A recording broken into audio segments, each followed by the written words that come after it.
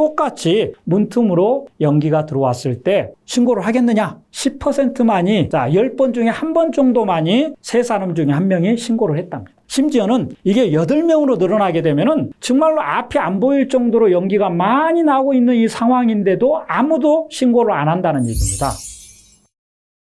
집단의 익명성 속에서 기꺼이 방관자가 되기 위해서 복종을 하기도 합니다. 익명성이라는 것은 자기를 노출시키지 않는다라는 그런 얘기가 되겠죠. 이렇게 집단의 많은 구성원들 중에서 누가 누군지 모르는, 이름표가 없어서 누가 누군지 모르는 상황에서는 나나쯤이야 이거 안 해도 상관없겠지라고 하는 이런 방관자 심리가 나타나기 때문에 집단에 대한 복종 현상으로 이루어질 수가 있습니다. 특히 이런 방관자가 나타났을 경우에 이런 현상들을 모럴 다이어트 현상이다라고 얘기를 합니다. 자, moral이라고 하는 것은 도덕적이라는 그런 얘기죠. 다이어트는 체중을 빼는 그 다이어트를 얘기합니다. 그래서 이 사람들이 자기의 이름이 노출되지 않는 이런 익명성이 보장되어 있는 상태에서는 평소에는 도덕적인 생활을 막 하다가도 어느 순간에 스스로 자기한테 사소한 부정적인 비도덕적인 행동을 하게 된다는 그런 얘기가 되죠. 아주 큰 이 부정행위라면은 다 알 수 있지만 아주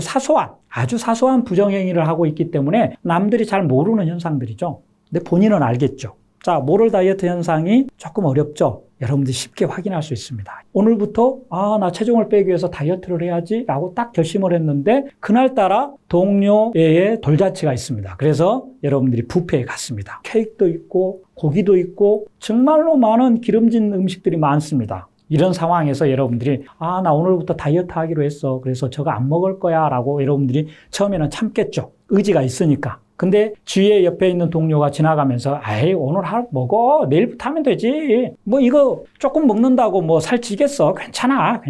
이렇게 얘기를 한다면 여러분은 자연스럽게 그래 맞아. 케이크 한 조각 먹는다고 다이어트 뭐 잘못될 수는 없잖아. 또 내일부터 하면 되잖아. 이렇게 스스로 자기 합리화를 시키면서 본인이 정한 도덕적인 기준에서 벗어나는 부정행위를 하게 되는 것들이죠. 사무실에 있는 사무용품을 집에서 개인 용도로 쓰기 위해서 자녀들이 필요한 것들을 여러분들이 사무실에서 모르게 가져와서 자녀들한테 줬다. 이것도 모럴 다이어트 현상입니다. 아주 사소한 현상들이죠. 하지만 이런 사소한 현상들이 이 방관자 효과 때문에 아주 자주 나타날 수 있다는 그런 얘기가 됩니다. 이 방관자 효과에 대해서 한번 살펴보도록 하죠.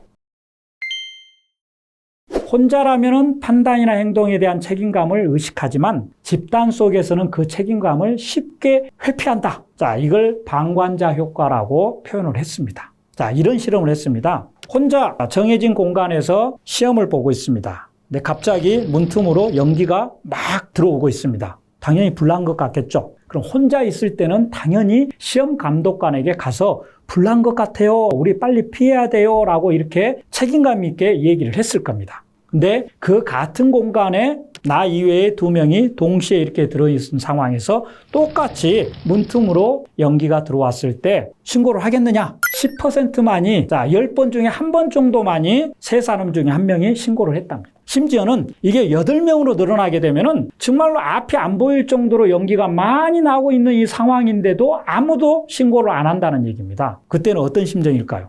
내가 얘기 안 해도 옆에 있는 이 사람이 얘기하겠지. 내가 얘기해야 되나? 자, 이렇게 방관자적인 역할을 하게 되는 것들이죠. 우리 사회 현상에서도 많이 나타나죠. 이런 사회 현상으로 많이 나타나는 이런 부분들을 우리는 또 이 사회학에서는 이 사회적 태만이라고도 이렇게 얘기를 합니다. 그래서 막스 링겔말 교수가 이 사회적 태만을 정말로 잘 보여줄 수 있는 실험을 해봤습니다. 개인이 아닌 집단 속에서 발생하는 책임감 회피 심리를 보여줬죠. 자, 한 사람이 줄다리기라는 것처럼 당겨요. 그랬을 때 보통 성인 남자라면은 기본적으로 혼자 한 63kg 정도의 무게를 당길 수 있는 그런 힘을 발휘를 합니다. 근데 이 똑같은 줄다리기에 나를 포함해서 3명이서 달라붙어서 이렇게 당깁니다. 근데 3사람이 당길 때 보니까 그 평균값보다 낮은 한 160kg을 당겼다는 얘기예요.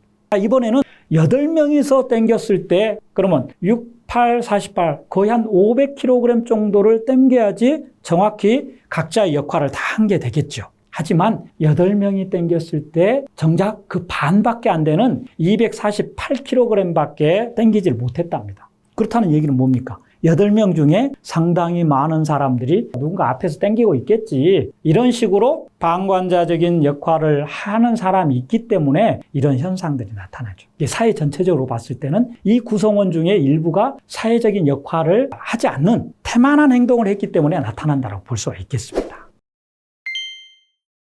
또 재밌는 실험 중에 착한 사마리안 실험이라고 이름 붙여진 실험이 있습니다. 저기서 사마리안이라고 하는 것은 성경책에 읽어보면 사마리안이라고 하는 그 사람을 얘기합니다. 존 달리하고 데니얼 바슨 연구인데요.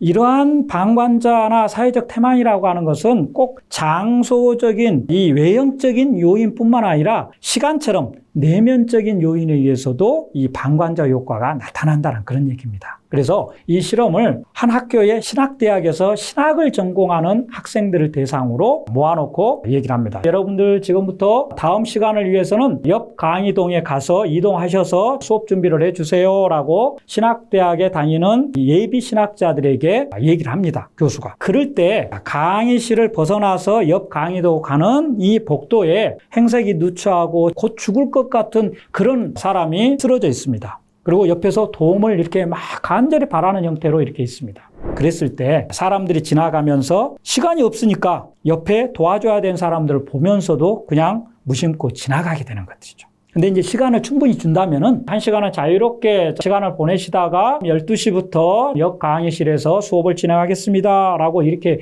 했다면은 시간이 많이 남았기 때문에 이 실험자들이 지나가면서 도움을 줄 수 있었겠죠. 하지만 인간들은 이렇게 시간 제약을 받게 되면은 누구라도 그냥 지나칠 수밖에 없다. 방관자 역할을 하게 된다라는 그런 얘기입니다. 이분들이 보통 사람들보다는 훨씬 더 우리가 도덕적으로 행동할 가능성이 높은 예비 신학자들입니다. 신학자들도 이렇게 행동을 했다는 그런 얘기. 가장 인간들의 어떤 보편적인 심리라고 얘기를 할 수 있겠죠. 인간들의 어떤 보편적인 심리라고 얘기를 할 수 있겠죠. 어디서 배울까 망설이지마 세종 TV 문을 활짝 열어봐